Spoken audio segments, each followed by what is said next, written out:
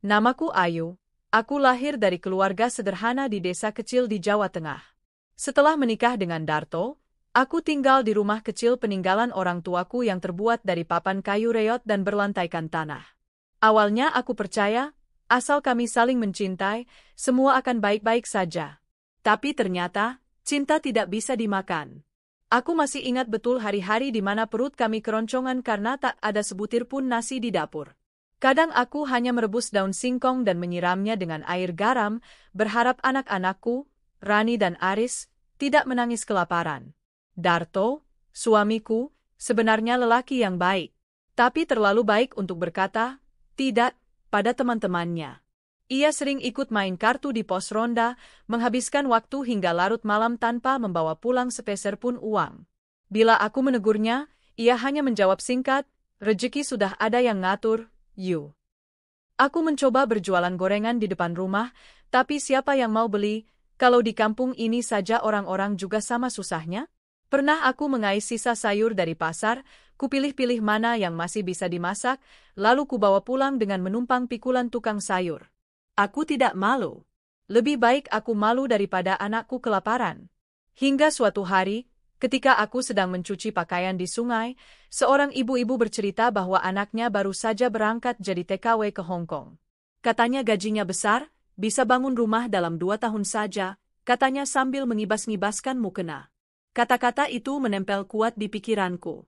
Sepulang dari sungai, aku langsung mencari informasi dari warung ke warung, dan akhirnya menemukan satu selebaran di tiang listrik, pendaftaran TKW ke Hong Kong, gaji besar, tanpa biaya awal. Malam itu, aku duduk berdua dengan Darto. Anak-anak sudah tidur, hanya cahaya lampu minyak yang menerangi wajah kami. "Aku mau kerja ke luar negeri, Mas," ucapku pelan. Jantungku berdegup kencang, karena aku tahu ini bukan keputusan kecil. Darto menatapku lekat-lekat. "Kerja di mana?" Katanya di Hong Kong. Jadi pembantu rumah tangga. Tapi gajinya besar. Bisa buat bangun rumah, sekolahin Rani sama Aris, dan buat modal usaha. Ia terdiam lama. Aku tahu, sebagai laki-laki ia pasti merasa harga dirinya diinjak. Tapi aku juga tahu, tak ada jalan lain. Kami sudah terlalu lama hidup dalam kemiskinan yang menyakitkan. "Kamu yakin, Yu?" tanyanya akhirnya. Aku mengangguk, menahan air mata. "Aku nggak kuat lihat anak-anak kelaparan, Mas. Aku harus lakukan sesuatu. Demi kita semua." Esoknya, aku berangkat ke kota bersama ibu tetanggaku yang dulu cerita soal anaknya. Aku mendaftar, lalu menjalani pelatihan selama 3 bulan di balai latihan kerja. Di sana, aku belajar bahasa, cara membersihkan rumah, mengurus anak, dan bahkan cara bersikap sopan di depan majikan. Rasanya seperti kembali ke bangku sekolah, hanya saja kali ini taruhannya adalah hidup keluarga kecilku. Hari keberangkatan tiba juga. Aku mengenakan jaket bekas yang kubeli dari pasar Loak. Di bandara, aku menangis sambil mencium kedua anakku yang masih kecil. Rani waktu itu baru kelas 1 SD, dan Aris baru masuk TK. Mereka tidak mengerti kenapa ibunya harus pergi jauh. Yang mereka tahu, mereka hanya ingin ibunya di rumah. "Jangan lupa kirim uang ya, Yu," kata Darto sambil menepuk bahuku. Tapi entah kenapa, kalimat itu menancap seperti sembilu. Kenapa bukan, "Jaga diri baik-baik," atau "Aku akan merawat anak-anak dengan baik"? Tapi aku diam saja. Aku percaya, selama aku bisa kirim uang, semuanya akan baik-baik saja. Di Hong Kong, segalanya tidak semudah yang dibayangkan. Majikanku seorang wanita parubaya yang sangat disiplin dan cerewet. Pekerjaanku dimulai pukul 5 pagi, membersihkan rumah 2 lantai, mencuci baju, menyiapkan sarapan, dan mengantar cucunya ke sekolah. Tak jarang aku dimarahi hanya karena sprei tidak disetrika rapi atau lantai masih terasa licin. Tapi aku bertahan. Setiap malam, aku menatap foto anak-anakku sambil menahan tangis. Aku bayangkan wajah mereka sedang makan kenyang, sedang memakai sepatu baru, atau duduk di bangku sekolah tanpa takut dihina karena miskin. Gaji pertamaku langsung kukirim ke Darto. Kuberi pesan agar dipakai untuk beli beras, baju sekolah, dan membayar tunggakan listrik. Bulan-bulan berikutnya, aku terus mengirim uang. Kadang 2 juta, kadang 3 juta jika ada lembur. Pernah aku minta untuk dibelikan tanah kecil di pinggir desa sebagai tabungan masa depan. Darto bilang sudah dilakukan. Aku percaya. Waktu berjalan cepat. Dalam 1 tahun, aku mulai fasih berbahasa Kanton dan dipercaya majikan. Mereka memberiku kamar sendiri dan memperpanjang kontrakku. Aku senang. Artinya, aku bisa kirim lebih banyak uang lagi. Aku ingin anak-anakku punya masa depan yang jauh lebih baik dari orang tuanya. Setiap aku video call, Darto jarang mengangkat. Katanya sinyal di desa jelek. Aku pun tak curiga.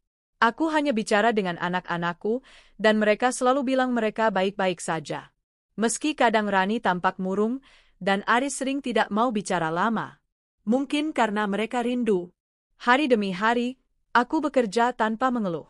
Aku menolak ajakan teman-teman TKW untuk belanja tas atau jalan-jalan. Uangku kutabung semua. Aku tak ingin kembali ke Indonesia dengan tangan kosong. Aku ingin pulang dan bangga berdiri di depan rumah yang aku bangun sendiri dengan cucuran keringat dan air mata. Dan akhirnya, setelah 5 tahun, aku memutuskan untuk pulang. Ku pesan tiket pesawat, pamit pada majikan, dan mengemas oleh-oleh untuk anak-anakku. Aku membeli baju baru, sepatu, bahkan boneka besar untuk Rani, dan mobil-mobilan untuk Aris. Di dalam pesawat, hatiku penuh harapan. Aku membayangkan wajah suamiku yang akan menjemputku di bandara, pelukan anak-anakku, dan rumah sederhana yang sudah berdiri kokoh. Aku ingin memeluk semuanya dan berkata, "Ibu pulang." Tapi aku belum tahu bahwa kepulanganku bukan disambut pelukan hangat, melainkan kenyataan yang lebih dingin dari apapun yang pernah kurasakan. Langit sore di Bandara Soekarno-Hatta tak terlihat istimewa. Tapi bagiku, hari itu adalah puncak dari segala doa dan perjuangan. Aku berdiri di depan pintu kedatangan, menarik koper kecil berisi oleh-oleh dan harapan. 5 tahun. 5 tahun bukan waktu yang sebentar untuk meninggalkan tanah kelahiran, suami, dan anak-anak. Ku berhenti sejenak di dekat tiang sambil menatap ke sekitar. Ku tunggu sosok yang selama ini ada di pikiranku, Darto. Tapi tak kulihat siapapun dari keluargaku. Aku coba menelpon Darto, tapi tidak aktif. Kupikir mungkin sinyalnya jelek atau dia masih dalam perjalanan. "Bu, taksi," seorang sopir menghampiri. Aku menggeleng sambil memaksa tersenyum. Aku yakin Darto pasti datang. Setelah hampir 2 jam menunggu, aku akhirnya menyerah. Aku naik bus menuju kampung halaman. Sepanjang jalan, aku menghapus keringat dan air mata dengan tangan yang sama, tangan kasar yang selama ini mencuci baju majikan dan menyapu rumah orang lain demi masa depan keluargaku. Sesampainya di desa, suasana sudah mulai gelap. Aku berjalan kaki dari pinggir jalan besar menuju gang kecil tempat rumah kami berada. Tapi, entah kenapa, langkahku terasa berat. Begitu tiba di depan rumah, aku tertegun. Rumah yang dulunya reot dan hampir roboh, kini sudah berubah total. Temboknya sudah dari batako, atapnya genteng baru, bahkan terasnya sudah berpagar besi. Hatiku berdebar, senang, bangga, dan haru bercampur menjadi satu. Akhirnya, bisikku, ini hasil keringatku. Tapi kegembiraan itu hanya bertahan sesaat. Karena dari dalam rumah, terdengar suara tawa, suara perempuan yang tak kukenal, dan suara anak kecil yang asing. Aku mengetuk pintu. Detik berikutnya, pintu dibuka. Seorang perempuan muda, mungkin seusia adikku, berdiri di ambang. Rambutnya terurai rapi, wajahnya bersih, dan memakai daster bermotif bunga-bunga. "Iya, ada perlu apa, Bu?" tanyanya sopan tapi penuh curiga. Aku mengernyit. "Ini, rumah saya. Saya Ayu, istri Darto." Wajahnya berubah tegang. Tapi sebelum dia sempat menjawab, terdengar suara familiar dari dalam rumah.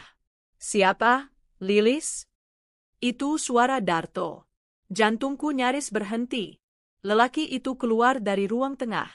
Ia tampak sehat, lebih berisi dari terakhir kali kulihat. Tapi ekspresinya kaku saat melihatku berdiri di depan pintu. "Mas," bisikku. "Aku pulang." Beberapa detik, ia tak menjawab. Lalu ia mengusap lehernya dan berkata, "Ayu, aku nggak nyangka kamu pulang tanpa kabar." Aku hanya bisa mematung. Hati kecilku mulai merasakan firasat buruk. Perempuan muda tadi, yang ternyata bernama Lilis, masuk lagi ke dalam. Tak lama, ia muncul kembali sambil menggendong seorang balita. Bocah itu kira-kira berusia 2 tahun. Dan disitulah kenyataan menghantamku. Dia, istri barumu, Mas? Tanyaku pelan, suaraku nyaris tak terdengar. Darto tak menjawab, tapi diamnya sudah lebih dari cukup. Air mataku jatuh begitu saja. 5 tahun aku bekerja siang dan malam, menahan rindu dan lelah, mengirim uang setiap bulan, dan saat aku pulang, tempatku sudah tergantikan. Kenapa, Mas? Tanyaku sambil terisak. Kenapa kamu tega? Darto menarik napas panjang. Aku kira kamu gak akan pulang, Yu. Kamu jarang telepon, sibuk terus, aku juga butuh pendamping. Pendamping? Lalu aku ini apa? Mesinan? Wajah Darto memerah. Aku cuma manusia biasa, Yu. Aku sendiri di sini. Anak-anak juga butuh ibu. Anak-anak? Mana Rani dan Aris? Tanyaku cepat. Kenapa mereka nggak di sini? Darto mengalihkan pandangan. Mereka sekarang tinggal di rumah Simbah. Mereka nggak cocok sama Lilis. Aku langsung putar balik, meninggalkan koper dan oleh-oleh. Kakiku melangkah cepat menuju rumah orang tuaku. Air mata tak bisa berhenti mengalir. Sesampainya di rumah Simbah, Rani membuka pintu.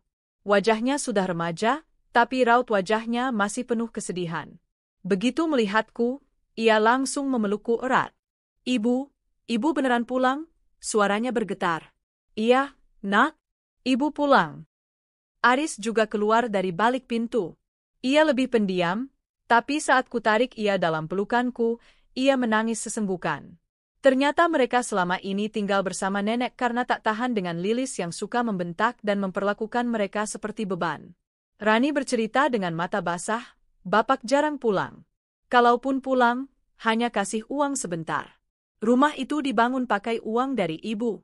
Tapi semuanya diklaim Lilis yang punya. Bapak nggak pernah cerita tentang ibu. Kami pun dilarang nyebut-nyebut ibu. Aku gemetar menahan amarah. Betapa sakitnya mendengar itu dari anak sendiri. Bukan hanya aku yang dikhianati, tapi juga anak-anakku yang selama ini kuperjuangkan. Esok paginya, aku kembali ke rumah itu, kali ini dengan kepala tegak dan hati penuh tekad. Darto tampak sedang duduk di teras. Kita perlu bicara, kataku tanpa basa-basi. Ia menunduk. Aku tahu kamu marah. Aku bukan cuma marah. Aku merasa ditipu dan dikhianati. Rumah ini dibangun dari uangku. Semua harta yang kamu punya sekarang berasal dari keringatku. Lilis muncul dari dalam rumah dan berdiri di belakang Darto. Maaf, Bu Ayu, kami nggak tahu kalau ibu mau balik. Darto bilang. Ibu sudah lama nggak kirim kabar. Aku menatapnya tajam. Saya tidak akan ambil pusing dengan siapa kamu. Tapi kamu tinggal di rumah yang dibangun dari uangku. Dan sekarang, aku minta pertanggungjawaban. Darto mengangguk pelan. Kita bisa bicarakan ini baik-baik, Yu. Tentu bisa, jawabku. Tapi aku akan datangkan kepala desa, dan bila perlu, pengacara. Beberapa hari kemudian, aku bertemu dengan kepala desa dan menunjukkan bukti transfer yang dulu aku simpan dengan rapi. Semua bukti uang yang kukirim atas nama Darto, lengkap dengan tanggal dan jumlah. Setelah disidangkan di tingkat desa, terbukti bahwa rumah dan harta lainnya memang berasal dari uangku. Darto tak bisa mengelak. Kepala desa pun memutuskan pembagian adil. Rumah dikembalikan padaku, dan Darto harus pindah dari rumah tersebut bersama istri barunya. Anak-anak pun memilih tinggal bersamaku. Malam itu, aku duduk di ruang tengah. Rani dan Aris tidur nyenyak di kamarnya masing-masing. Rumah itu terasa sepi, tapi untuk pertama kalinya dalam hidupku, aku merasa tenang. Aku telah kehilangan waktu, cinta, dan air mata. Tapi aku mendapatkan kembali yang lebih penting, harga diriku dan anak-anakku. Dan malam itu, aku bersumpah dalam hati bahwa aku akan membangun kembali hidupku dari awal. Tanpa Darto, tanpa pengkhianatan. Hanya aku dan anak-anakku. Kami cukup. Pagi itu, matahari bersinar hangat menerobos jendela ruang tamu. Aku duduk di meja makan sederhana, menatap dua anakku, Rani dan Aris, yang sedang sarapan nasi goreng buatan sendiri. Ada ketenangan yang belum lama kurasakan, namun juga kekhawatiran yang menggantung di dada. Sisa tabungan hasil kerja di Hong Kong memang masih ada, tapi tidak banyak setelah semua proses pembuktian dan kepindahan Darto dari rumah ini selesai. Aku tahu, jika tidak segera melakukan sesuatu, uang itu akan habis dan aku akan kembali ke titik nol. Bu, aku pengen lanjut sekolah. Kalau bisa sampai kuliah, ucap Rani pelan, takut-takut. Aku tersenyum, menatap matanya yang penuh harapan. Tentu, Nak. Ibu akan usahakan. Kalian harus lebih pintar dari ibu. Hatiku terenyuh. Rani dan Aris layak mendapatkan masa depan yang lebih baik dari masa laluku. Siang itu, setelah menyiapkan makan siang dan mencuci pakaian, aku pergi ke pasar desa. Di sana aku melihat beberapa pedagang kecil menjajakan gorengan, nasi bungkus, dan kue-kue tradisional. Tiba-tiba aku teringat sesuatu, keahlian memasakku yang selama ini kuasah selama bekerja sebagai pembantu di Hong Kong. Selama 5 tahun, aku belajar banyak resep masakan dari majikanku yang cerewet namun perfeksionis. Dari situ aku tahu cara membuat makanan yang tidak hanya enak, tapi juga tahan lama dan higienis. Itu mungkin modalku sekarang. Aku pun mendekati seorang ibu penjual gorengan dan bertanya tentang harga sewa lapak kecil di area pasar. 100.000 seminggu, Bu, katanya sambil tersenyum ramah. Tapi ibu bisa mulai dulu. Nanti bayarnya pas udah dapat hasil. Hari itu aku pulang dengan semangat baru. Malamnya, aku mengajak Rani dan Aris duduk bersama. Ibu ingin mulai jualan makanan di pasar. Kita akan bangun pagi-pagi, masak bareng, lalu ibu berangkat ke sana, kataku. Tapi ini harus kerja sama. Kalian bantu ibu ya? Rani langsung mengangguk. Aku bisa bantu bungkusin, Bu. Aris, meskipun masih agak pendiam, ikut menyahut. Aku bisa bantu cuci piring sama nyuci daun pisang. Aku tertawa kecil, bahagia. Anak-anak itu, meski masih kecil, sudah mau diajak berjuang. 2 hari kemudian, aku mulai menjalankan rencana. Aku membuat menu sederhana, nasi uduk, lontong isi, dan lemper ayam. Semua kukerjakan sendiri dengan bantuan Rani dan Aris. Pukul 4 pagi, aku sudah di dapur, menanak nasi, membuat sambal kacang, menggoreng tempe. Rani membantu meracik sayur urap, dan Aris menyusun bungkusan nasi ke dalam keranjang besar. Pukul 6 pagi, aku sudah duduk di lapak kecil di pasar. Awalnya pembeli hanya lewat, melirik-lirik tanpa membeli. Tapi karena aku tetap tersenyum dan menyapa dengan sopan, 1-2 pembeli mulai mencoba. Nasi uduknya enak, Bu, kata seorang ibu. Besok saya beli lagi, ya. Itu pujian pertama yang membuatku hampir menangis. Hari demi hari, pelangganku mulai bertambah. Dari ibu-ibu pengantar anak sekolah, tukang becak, sampai pedagang pasar lainnya.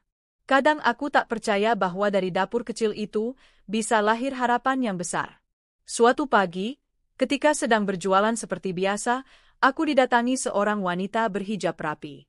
Maaf, Bu. Ini benar Bu Ayu yang dulunya kerja di Hong Kong? Aku menoleh, menatap wajah yang tak asing. Bu Narti? Dia mengangguk sambil memelukku erat. Bu Narti adalah tetangga lamaku sebelum aku berangkat ke luar negeri. Ia juga pernah jadi TKW di Taiwan beberapa tahun lalu. Kami berbincang sebentar. Bu Narti sangat kagum melihat aku berani membuka usaha sendiri. Kamu hebat, Yu. Banyak yang pulang dari luar negeri malah bingung mau apa. Tapi kamu bisa bangkit. Aku hanya tersenyum. Aku cuma nggak mau anak-anakku ngerasain lagi kelaparan seperti dulu. Obrolan kami berlanjut hingga ia mengajakku bergabung dengan komunitas perempuan mantan TKW di kecamatan. Mereka sering mengadakan pelatihan kewirausahaan, pemasaran online, hingga koperasi simpan pinjam. Minggu depannya, aku memberanikan diri hadir di pertemuan komunitas itu. Di sana aku bertemu banyak perempuan tangguh seperti diriku. Mereka berbagi cerita, saling menguatkan, dan memberikan semangat untuk terus mandiri. Dari situ pula aku belajar tentang cara mengelola keuangan usaha, mencatat modal dan pemasukan, bahkan mulai mempromosikan jualanku lewat grup WhatsApp dan media sosial. Tak kusangka, hanya dalam 2 bulan, usahaku mulai berkembang. Aku bisa beli panci yang lebih besar, beli etalase kecil, bahkan bisa menitipkan makanan di warung kopi dan kantin sekolah. Yang paling membuatku bahagia, aku bisa membayar uang sekolah Rani dan Aris dengan hasil usahaku sendiri. Namun bukan perjuangan jika tidak ada tantangan. Suatu malam, saat baru selesai mencuci peralatan masak, aku melihat Rani duduk diam di teras. Matanya sembab. Ada apa, nak? Ia diam sejenak, lalu berkata pelan, tadi di sekolah, temanku bilang, katanya bapak sekarang tinggal di rumah kontrakan. Kehidupannya susah. Anak barunya sering sakit-sakitan. Aku menarik napas. Luka itu belum benar-benar sembuh, tapi aku tak ingin anak-anakku hidup dengan dendam. Bapakmu punya pilihan, dan itu tanggung jawabnya, kataku tenang. Tapi kamu nggak harus menanggung beban itu. Kamu tetap harus jadi anak yang baik. Rani mengangguk, meski air matanya kembali mengalir. Aku tahu, dalam hatinya, ia masih menyimpan rindu pada sosok ayah. Tapi aku juga tahu, waktulah yang akan menyembuhkan semuanya. Beberapa bulan kemudian, usahaku semakin mantap. Aku diberi kesempatan mengisi pelatihan memasak di balai desa, dan mulai menerima pesanan nasi kotak untuk acara-acara warga. Bahkan kepala desa pernah memuji, Bu Ayu ini contoh ibu yang tangguh. Meski sempat jatuh, tapi bisa bangkit dengan kepala tegak. Pujiannya tak membuatku sombong. Justru aku makin sadar bahwa hidup adalah tentang bertahan dan belajar dari luka. Kini, Rani sudah lulus SMP dan diterima di SMA favorit. Aris mulai percaya diri, bahkan semangat belajar karena ingin membantu usahaku kelak. Kami bertiga seperti tim yang saling menopang. Aku bukan lagi istri Darto yang hanya dikasihani. Aku adalah Ayu, perempuan yang pernah terpuruk tapi memilih bangkit. Dan setiap kali aku berdiri di depan dapur, mencium aroma bumbu dan nasi panas, aku tahu, perjuanganku belum selesai. Tapi aku sudah di jalan yang benar. Kami pernah kelaparan. Kami pernah dikhianati. Tapi sekarang, kami bangkit. Dan itu jauh lebih indah dari apapun. Sudah hampir 1 tahun sejak aku memulai usaha kecil-kecilan menjual makanan di pasar. Kini, tidak hanya warungku yang ramai pembeli, tapi juga pesanan nasi kotak dan makanan untuk acara hajatan terus berdatangan. Aku bahkan sudah bisa mempekerjakan 2 tetangga untuk membantuku memasak dan mengemas pesanan. Aku, Ayu, seorang perempuan yang dulu dianggap tak berdaya oleh suamiku sendiri, kini bisa menafkahi 2 anakku, menyekolahkan mereka, dan berdiri di atas kaki sendiri. Suatu sore saat aku sedang duduk di teras bersama Rani dan Aris yang sedang mengerjakan PR, ponselku berdering. Nomor tak dikenal. Awalnya aku ragu menjawab, tapi suara di seberang membuat napasku tercekat. Ayu, ini aku, Darto. Hening. Butuh beberapa detik sebelum aku merespons. Ada perlu apa? Tanyaku datar. Aku mau ketemu. Hanya sebentar. Tolong, Ayu. Suaranya terdengar lelah, putus asa. Aku menutup telepon tanpa memberi jawaban. Tapi dalam hati, ada gejolak. Darto, lelaki yang meninggalkanku demi perempuan lain saat aku berjuang di negeri orang, kini datang lagi. Keesokan harinya, saat aku sedang menyusun pesanan nasi kotak di dapur, seseorang mengetuk pintu. Aku keluar dan mendapati Darto berdiri di sana. Lebih kurus dari terakhir kulihat. Wajahnya kusut, janggut tak terurus, dan pakaian yang dikenakannya terlihat lusuh. Aku minta maaf, Ayu. Aku sudah salah. Waktu itu aku tergoda, aku pikir hidupku akan lebih baik dengan perempuan itu. Tapi dia malah pergi, bawa kabur semua tabunganku. Anaknya sering sakit-sakitan, sekarang aku tinggal di kontrakan kecil, nggak bisa kerja karena kena PHK. Aku mendengarkannya dengan tatapan kosong. Aku tidak tahu harus merasa iba atau muak. Ayu, aku datang bukan cuma buat minta maaf. Aku butuh bantuanmu. Tolong, aku nggak minta banyak. Sekadar pinjam uang buat biaya rumah sakit anakku. Aku diam. Ada bagian dari diriku yang ingin menolak mentah-mentah, membalas semua luka yang dia beri. Tapi ada juga bagian kecil dari hatiku yang masih peduli, bukan pada Darto, melainkan pada anak kecil yang tak tahu apa-apa. Aku akan pikirkan, jawabku singkat, lalu masuk ke dalam rumah, meninggalkannya berdiri dengan tubuh gemetar di depan pintu. Malam itu, aku duduk lama di dapur, merenung. Rani menghampiri, duduk di sampingku. Bapak kesini ya, Bu? Aku mengangguk pelan. Bapak minta uang? Aku tak bisa berbohong. Iya. Tapi Ibu belum tahu harus apa. Rani menatapku dengan tatapan yang sulit kubaca. Ibu, aku tahu Bapak pernah jahat sama Ibu. Tapi kalau Ibu bantu dia, itu bukan berarti Ibu lemah. Justru karena Ibu kuat. Air mataku mengalir pelan. Anakku, anak yang dulu kutinggalkan demi mencari uang, kini tumbuh menjadi gadis yang bijaksana.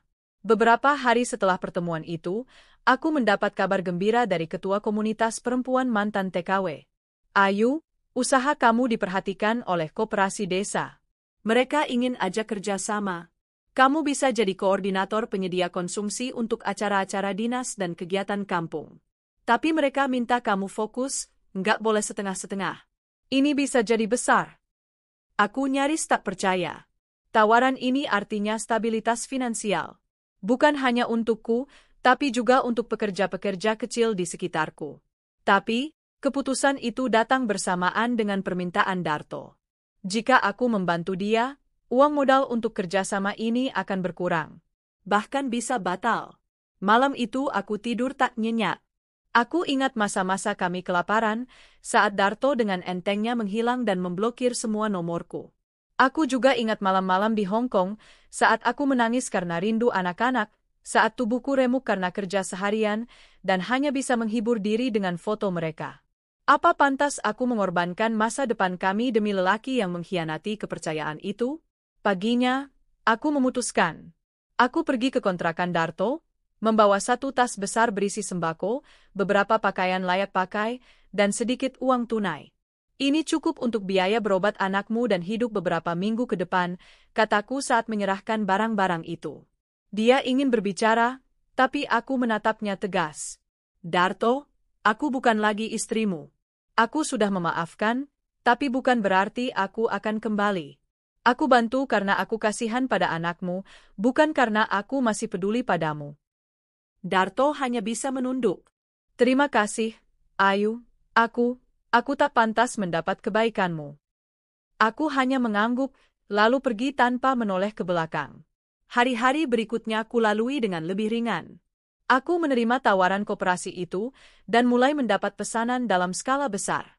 Bahkan aku diminta menyediakan makanan untuk acara kecamatan, pesta pernikahan, dan seminar-seminar di kota. Rani dan Aris kini lebih mandiri. Rani mulai belajar cara memasak, mencatat pesanan, dan mengatur waktu sekolah dengan membantu di rumah. Aris pun berkembang pesat, menjadi lebih ceria dan punya banyak teman. Aku mempekerjakan lebih banyak ibu rumah tangga di sekitar rumahku, terutama mereka yang juga pernah ditinggal suami atau hidup dalam kekurangan. Kami saling mendukung, saling menguatkan. Suatu hari, saat aku sedang mengantarkan pesanan ke kantor kecamatan, seorang wanita dari koperasi memuji makananku. Bu Ayu, rasa makanan ibu itu bukan cuma enak, tapi ada cerita dan perjuangan yang terasa di setiap suapannya. Aku tersenyum, mengucapkan terima kasih. Dalam hati, aku tahu, itulah bumbu rahasia yang tak bisa dibeli dimanapun, luka, air mata, dan keberanian untuk bangkit. 1 tahun berlalu sejak aku bertemu lagi dengan Darto. Aku tak pernah lagi melihatnya, tapi kabar beredar bahwa ia akhirnya pindah ke luar kota, mencoba memulai hidup baru. Entah benar atau tidak, aku tak lagi peduli. Hidupku sudah cukup sibuk membangun harapan, bukan menghidupkan kenangan. Suatu malam, saat kami makan malam bertiga di rumah, Aris berkata dengan polos, "Bu, nanti kalau aku gede, aku mau bantu ibu jualan, tapi aku juga mau jadi guru." Aku tertawa sambil mengelus rambutnya. Kenapa guru? Soalnya guru bisa bikin anak-anak pintar, kayak ibu bikin kami kuat. Aku menatap kedua anakku. Mereka adalah alasanku bertahan, bertumbuh, dan kini tersenyum. Aku mungkin tak punya gelar tinggi, tak punya rumah mewah, tapi aku punya sesuatu yang jauh lebih berharga, harga diri, kekuatan, dan keluarga kecil yang saling menguatkan. Kini aku percaya, tidak ada yang sia-sia dari setiap tetes keringat yang kuperjuangkan. Dan siapa sangka, dari dapur kecilku, dari tangan yang dulu penuh luka, kini lahirlah masa depan yang terang. Aku, Ayu, Perempuan yang pernah ditinggalkan, kini berdiri sebagai pemilik usaha mandiri, ibu dari 2 anak hebat, dan inspirasi bagi banyak wanita di kampungku. Dan saat malam tiba, di bawah lampu dapur yang redup, aku menuliskan satu kalimat di buku kecil di atas meja. Aku pernah jatuh, tapi aku memilih untuk bangkit. Dan hari ini, aku menang. Sabtu pagi itu, udara di kampungku terasa lebih hangat dari biasanya. Aku bersiap mengenakan kebaya sederhana berwarna biru muda, wajahku dirias seadanya oleh Rani, yang kini makin terampil menata rambut dan merias wajah. Hari ini istimewa. Aku diundang menjadi narasumber dalam acara seminar pemberdayaan perempuan desa yang diadakan oleh koperasi dan dinas sosial. Bu, ibu kelihatan cantik banget, kata Rani sambil tersenyum bangga. Aku tersipu. Ibu hanya perempuan biasa yang mencoba bangkit, nak. Tapi kalau kamu bangga, itu cukup buat ibu. Sampai di aula desa, tempat sudah ramai. Kursi-kursi dipenuhi ibu-ibu dari berbagai penjuru desa. Sebagian adalah ibu rumah tangga, sebagian lagi pedagang kecil, bahkan ada yang datang membawa anaknya. Di depan, ada meja panel tempat aku duduk bersama 2 narasumber lain, seorang petugas koperasi dan seorang aktivis pemberdayaan perempuan. Ketika tiba giliranku berbicara, aku berdiri dengan sedikit gemetar. Tapi saat menatap wajah-wajah para ibu yang penuh harap, keberanian itu datang sendirinya. Saya Ayu, ucapku pelan. Dulu saya hanya seorang istri petani miskin. Karena tak sanggup melihat anak-anak kelaparan, saya merantau jadi TKW ke Hong Kong selama 5 tahun. Saat pulang, saya mendapati rumah saya bukan lagi rumah saya. Suami saya sudah menikah lagi, dan uang yang saya kirimkan entah kemana. Hening.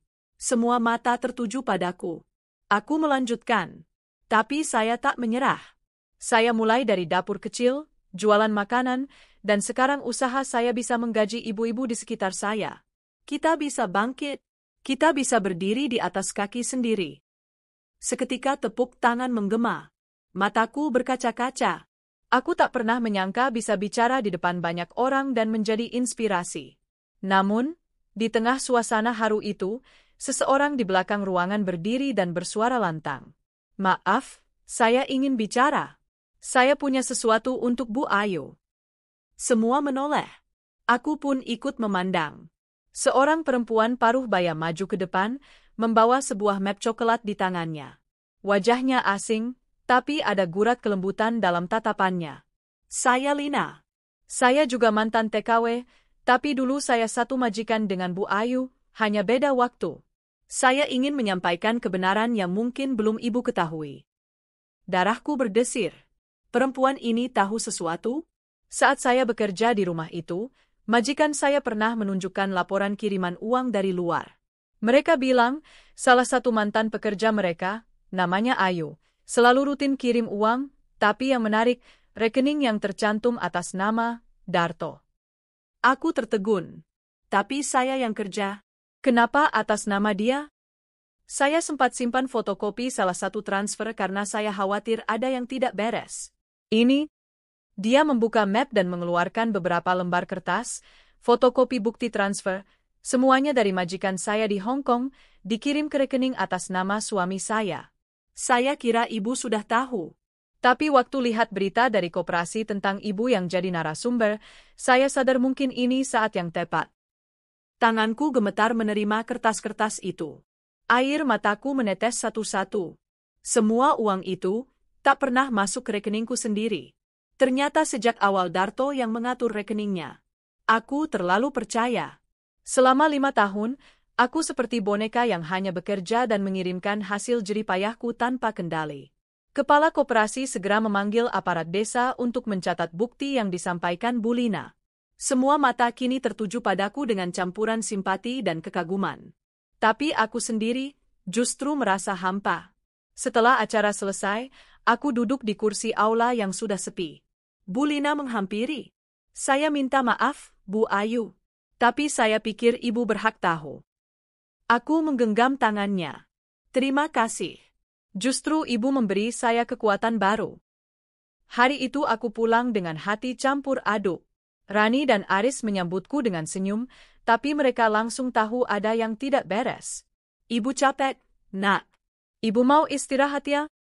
Malamnya, setelah anak-anak tidur, aku membuka kembali map coklat itu. Bukti-bukti transfer, semuanya atas nama Darto, dengan jumlah yang tak kecil. Aku mulai mencatat jumlah total uang yang kukirim selama 5 tahun.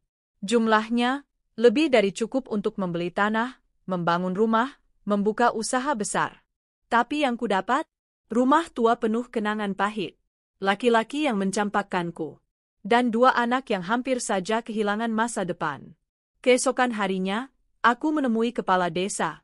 Bersama perangkat desa, aku menunjukkan bukti-bukti itu. Mereka menyarankan agar aku melaporkan secara hukum. Ini bisa jadi kasus penggelapan.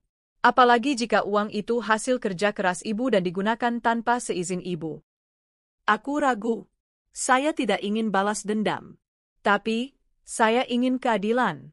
Bukan hanya untuk saya, tapi untuk semua perempuan yang pernah ditipu oleh orang yang mereka percayai. Akhirnya aku mengiyakan. Proses hukum dimulai. Panggilan demi panggilan diberikan kepada Darto. Saat akhirnya dia datang ke balai desa, wajahnya tak setegar dulu. Dia terlihat lebih tua, matanya sembab, dan tak bisa menatap mataku. Apa kau tahu berapa yang kau habiskan dari uangku selama 5 tahun? Tanyaku tajam. Dia tak menjawab.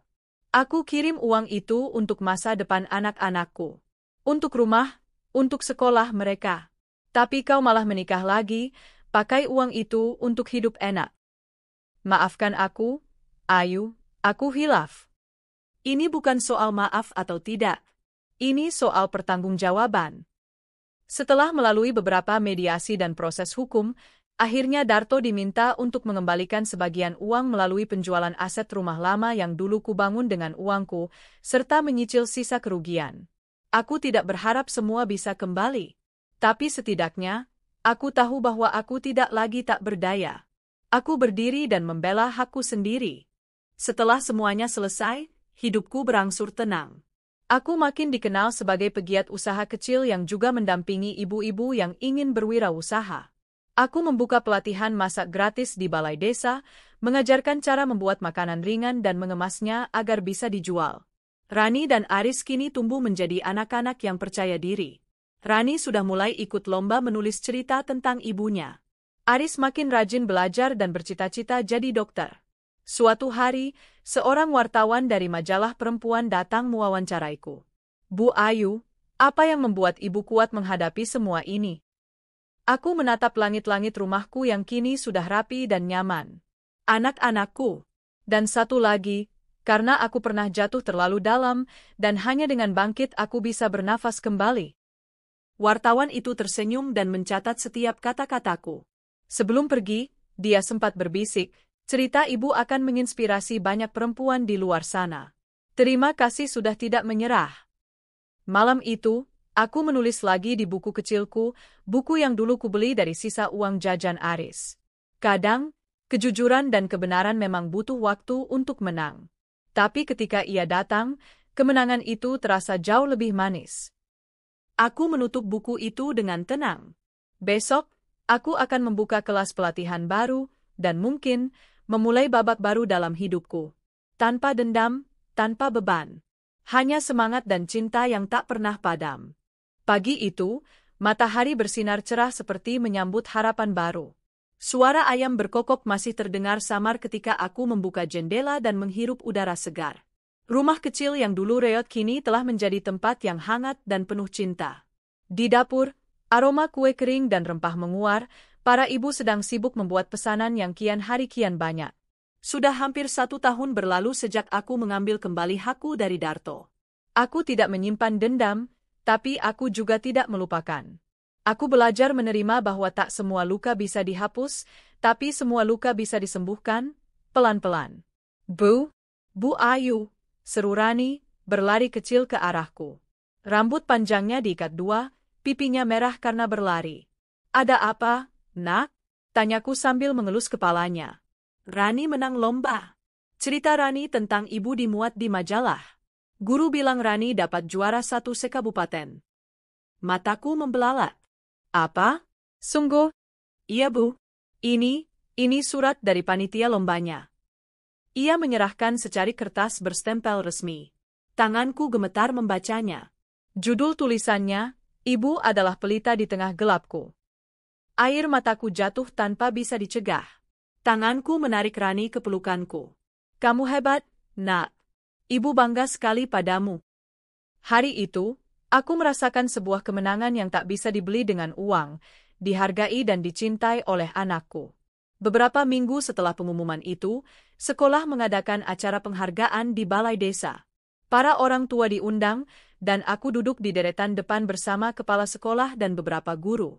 Ketika nama Rani dipanggil, semua hadirin bertepuk tangan. Ia maju dengan senyum penuh percaya diri. Kepalaku terangkat tinggi. Aku bukan lagi Ayu yang dulu, perempuan yang hanya bisa menangis dalam diam. Aku sekarang ibu dari seorang anak yang mulai mengenal arti harapan dan kebanggaan. Setelah acara selesai, seorang pria setengah baya menghampiriku. Wajahnya tampan dan rapi, mengenakan batik abu-abu, dan senyumnya lembut. Ia mengulurkan tangan. Permisi, Ibu Ayu. Iya, saya sendiri. Saya Irwan, redaktur dari majalah Suara Perempuan. Cerita putri ibu sangat menyentuh kami. Kami ingin mewawancarai ibu secara langsung, mungkin juga mengangkat kisah ibu menjadi rubrik khusus inspirasi. Aku tercekat. Saya? Tapi, saya cuma perempuan biasa. Justru karena itu, Bu, banyak perempuan di luar sana yang merasa tidak berdaya. Kisah ibu bisa menjadi obor bagi mereka. Aku tak langsung menjawab, tapi di dalam hatiku, aku tahu bahwa ini bukan tentang ketenaran. Ini tentang memberi semangat pada yang hampir padam. Beberapa hari kemudian, Irwan datang ke rumah untuk wawancara. Ia merekam suaraku, memotret dapur tempat para ibu membuat kue, bahkan berbincang langsung dengan Rani dan Aris. Bu Ayu, maaf jika pertanyaan saya agak pribadi, katanya tiba-tiba. Apa yang ibu rasakan ketika kembali ke rumah dan mendapati suami ibu telah menikah lagi? Aku terdiam sejenak. Sakit itu masih ada, walau tak lagi membakar. Awalnya saya hancur, tapi sekarang, saya bersyukur. Karena jika saya tidak dikhianati, mungkin saya tidak pernah tahu seberapa kuat saya sebenarnya. Irwan mengangguk dalam. Kalimat itu sangat dalam, Bu. Beberapa hari setelah wawancara, aku menerima paket dari redaksi. Di dalamnya, ada majalah edisi terbaru dengan wajahku dan Rani di sampul kecil. Judulnya, Ibu yang Pulang Membawa Harapan. Namaku mulai dikenal di kampung. Usahaku berkembang pesat. Aku membentuk koperasi kecil untuk membantu para ibu rumah tangga menjual produk makanan rumahan. Bahkan beberapa mahasiswa dari kota datang untuk penelitian. Tapi yang paling membuatku terharu adalah saat kepala sekolah datang ke rumah dan berkata, Bu Ayu, karena dedikasi ibu, kami ingin mengundang ibu menjadi pembicara dalam seminar di Universitas Negeri. Kami percaya, mahasiswa perlu belajar langsung dari kehidupan nyata. Aku sempat menolak karena minder, tapi Rani menggenggam tanganku. Bu, Rani akan duduk di barisan depan. Ibu pasti bisa. Dengan hati bergetar, aku pun mengiyakan. Hari itu aku berdiri di depan ratusan mahasiswa, menceritakan kisah hidupku. Tentang kemiskinan, kerja keras, pengkhianatan, dan bagaimana aku membangun semuanya kembali dari nol. Tak kusangka, mereka berdiri dan bertepuk tangan setelah aku bicara. Beberapa di antaranya bahkan menangis. Di antara mereka, aku melihat Irwan duduk diam-diam di deretan belakang. Setelah acara, Irwan menghampiriku lagi. Tapi kali ini, tatapannya berbeda. Bu Ayu, katanya pelan. Saya tahu ini mungkin mendadak, tapi saya sudah lama memperhatikan ibu. Keteguhan ibu, ketulusan ibu, semua itu membuat saya kagum. Aku menunduk, jantungku berdebar. Saya seorang duda, ibu. Istri saya meninggal karena kanker. Saya hidup sendiri selama bertahun-tahun sambil membesarkan anak perempuan saya. Ia sekarang kuliah di Jakarta. Saya ingin mengenal ibu lebih jauh. Jika ibu berkenan. Aku menatapnya tak percaya. Dunia rasanya berhenti sejenak. Pak Irwan, bisikku. Saya bukan siapa-siapa. Saya hanya perempuan kampung yang pernah dikhianati. Justru karena itu saya ingin mengenal ibu. Saya tidak mencari yang sempurna. Saya mencari yang tulus. Aku tak langsung menjawab. Tapi malam itu, ketika aku duduk di beranda rumah, menatap langit malam dan mendengar Rani tertawa bersama Aris di dalam rumah, aku sadar bahwa hidup sedang memberiku kesempatan baru. Hari demi hari berlalu. Irwan semakin sering datang. Ia tak pernah memaksaku untuk buru-buru. Ia hanya datang membawa roti buatan sendiri atau buku cerita untuk Rani dan Aris. Hubungan kami tumbuh perlahan, seperti tanaman yang disirami hujan lembut setelah kemarau panjang. Ibu-ibu tetangga mulai berbisik-bisik, tapi kali ini bukan dengan nada sinis. Mereka tersenyum padaku, bahkan mendukung. "Bu Ayu pantas bahagia," kata salah satu dari mereka. "Setelah semua yang ibu lalui." Pada suatu sore yang sejuk, Irwan mengajakku duduk di bawah pohon mangga tua di pekarangan rumah. "Ibu Ayu, saya tahu ini mungkin terlalu cepat, tapi saya ingin menawarkan sesuatu." Aku menoleh, jantungku berdetak kencang. "Saya ingin melamar ibu. Bukan karena ibu cantik atau terkenal, tapi karena saya ingin menjalani sisa hidup saya dengan seseorang yang tahu arti kehilangan dan tetap memilih untuk mencintai." Air mataku jatuh tanpa kusadari. Aku terisak pelan. "Pak Irwan, saya takut." "Saya pun takut. Tapi lebih takut lagi jika tidak mencoba." Aku tersenyum di balik air mata. Untuk pertama kalinya dalam hidup, aku merasa dicintai tanpa syarat, tanpa tipu daya. Hanya cinta yang datang setelah luka dan ketulusan yang tumbuh perlahan. Hari itu, langit pagi terlihat cerah sekali. Embun pagi masih tersisa di daun-daun, burung-burung berkicau riang seolah menyambut kebahagiaan yang akan lahir. Di rumah kecil di pinggiran desa, suasana terasa berbeda. Ada getar bahagia yang memenuhi udara, membawa harapan dan mimpi baru. Aku, Ayu, berdiri di depan cermin kecil dengan gaun sederhana namun anggun. Tangan yang dulu pernah menggenggam erat koper berisi uang hasil jerih payah selama bertahun-tahun menjadi TKW, kini menggenggam tangan lelaki yang tulus mencintaiku, Irwan. Lelaki yang telah hadir membawa kehangatan dan keyakinan baru dalam hidupku. Di ruang tamu, Rani dan Aris sedang bersiap dengan pakaian terbaik mereka. Matanya berbinar penuh kebahagiaan.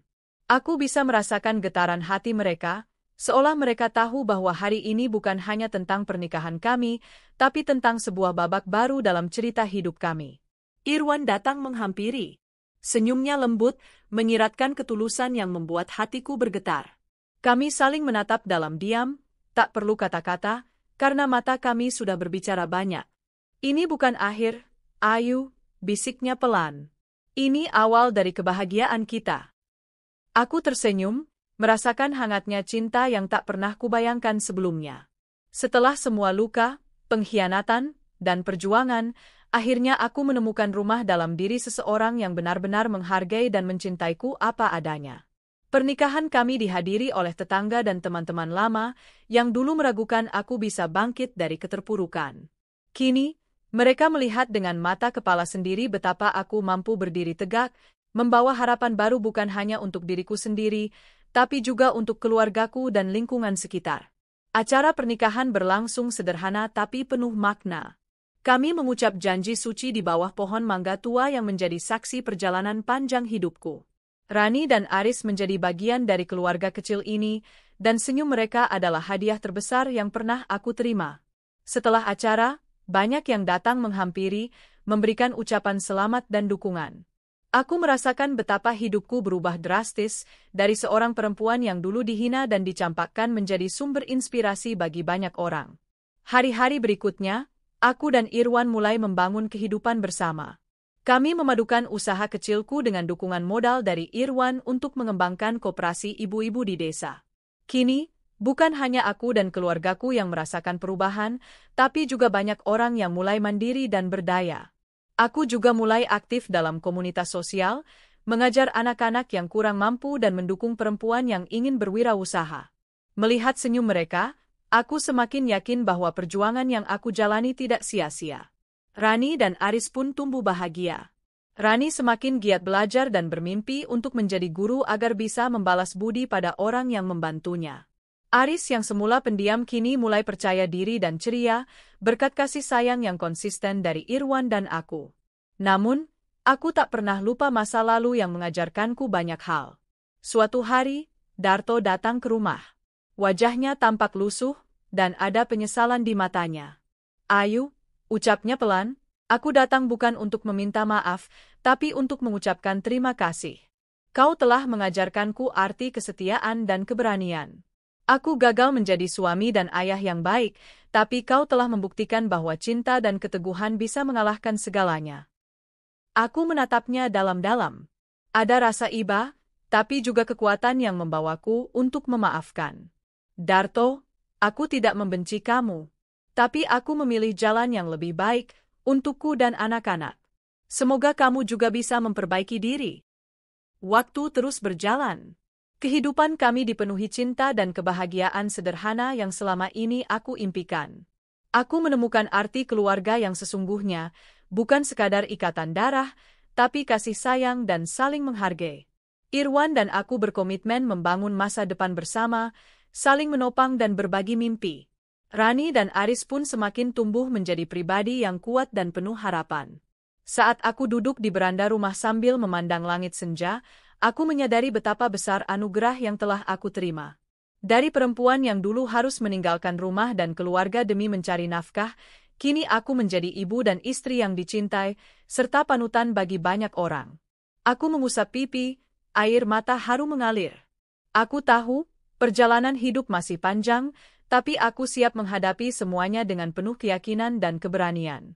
Penutup, kisah ini adalah tentang sebuah perjalanan yang penuh liku, penderitaan, dan pengkhianatan, namun diakhiri dengan kebangkitan dan harapan baru. Aku belajar bahwa meski dunia bisa kejam, tapi keteguhan hati dan cinta sejati mampu mengubah segala sesuatu menjadi indah. Untuk setiap perempuan yang pernah merasa lemah dan ditinggalkan, aku ingin mengatakan, jangan pernah menyerah. Di balik gelap ada cahaya. Di balik luka ada penyembuhan. Dan di balik kegagalan ada kemenangan yang menanti. Hidupku membuktikan itu. Dan aku yakin, kamu pun bisa menemukan kebahagiaanmu sendiri.